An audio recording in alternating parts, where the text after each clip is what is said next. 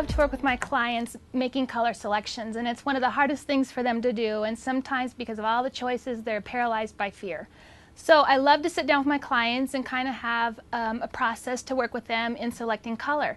Whether we're doing fabrics for the interior of the home or exterior and interior paint, it's always important to have a direction of where you want to start with your color. Sometimes they don't have an idea of where to even begin, and we would like to sit down and kind of go through their home, look at your closet, look at what clothes you wear. Do you have a favorite piece of fabric? Do you have a favorite piece of artwork? We've even had a client that had a favorite necklace, and that was our jumping off point for color. So typically everyone's attracted to different things in color, and it basically has to do with saturation. And that's how bright or light a color is. My favorite color could be green, and so could another person's, but those two greens may be very different. We have from the most saturated here, which are very bright, and kids tend to love those colors and appreciate them, to the most desaturated colors here that are more neutrals and more calming in a home. Another helpful tip for my clients is when you're either at the paint store yourself or you're trying to decide, is a color going to turn maybe pink or green on me, it's important to look at the value of the strips. If I was looking at these lighter colors at the top and I want to know what color that might change with different lighting, I'm going to follow that value down and see that there's definitely some orange in it. So now we're going to head to a home where the exterior of the home is painted more in this desaturated area here. And it's more of an olive color, and the homeowner was looking to maybe have a pop of color on their front door, which is so much fun to do. So we're going to look at a beautiful red on that front door, and Valspar is going to be helping us with that.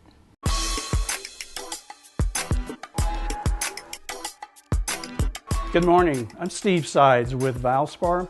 What we're going to do today is show you the proper way to paint an exterior entry door. So what I'm going to spend some time doing is going over the actual process. That is crucial to a paint job.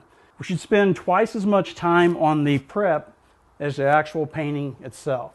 Some of the key points is areas right over in here where you have the siding joining the door itself.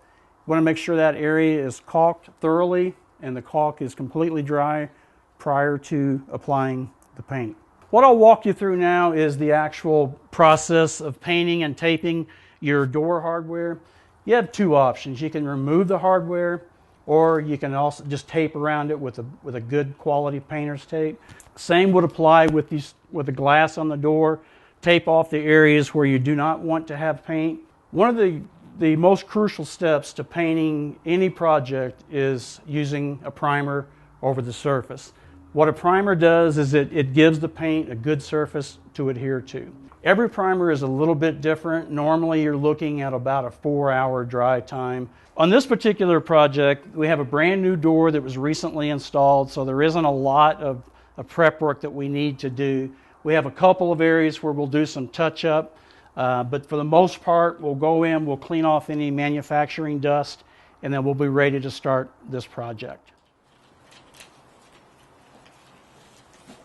In this particular project, what we're going to actually do is remove the door from the hinges, put it on a pair of sawhorses. That way you have excellent access to all parts of the door. What I want to talk to you about now before we actually start painting our door is the brushes and rollers that you're going to use to paint your door or the exterior of your house. I would strongly recommend you buy the absolute best brush and roller that your budget can allow. It has a tremendous amount of impact on the finished product. Okay, let's go ahead and get started with our project. What I'll do first is all the cut-in work. I'm going to cut in around the door handles and then around the trim of the glass. And you don't want to overwork the paint. Allow the paint to just flow and level, or just basically just level out so you don't have a lot of brush strokes. Okay, our first coat of paint has dried. It's been about 4 hours. We're getting ready to put our second coat of paint on. When that's finished, you're going to have a beautiful entryway door, nice color. It's going to be beautiful when it's all completed. We've put our second coat on the entryway here. As you can see, it looks fantastic.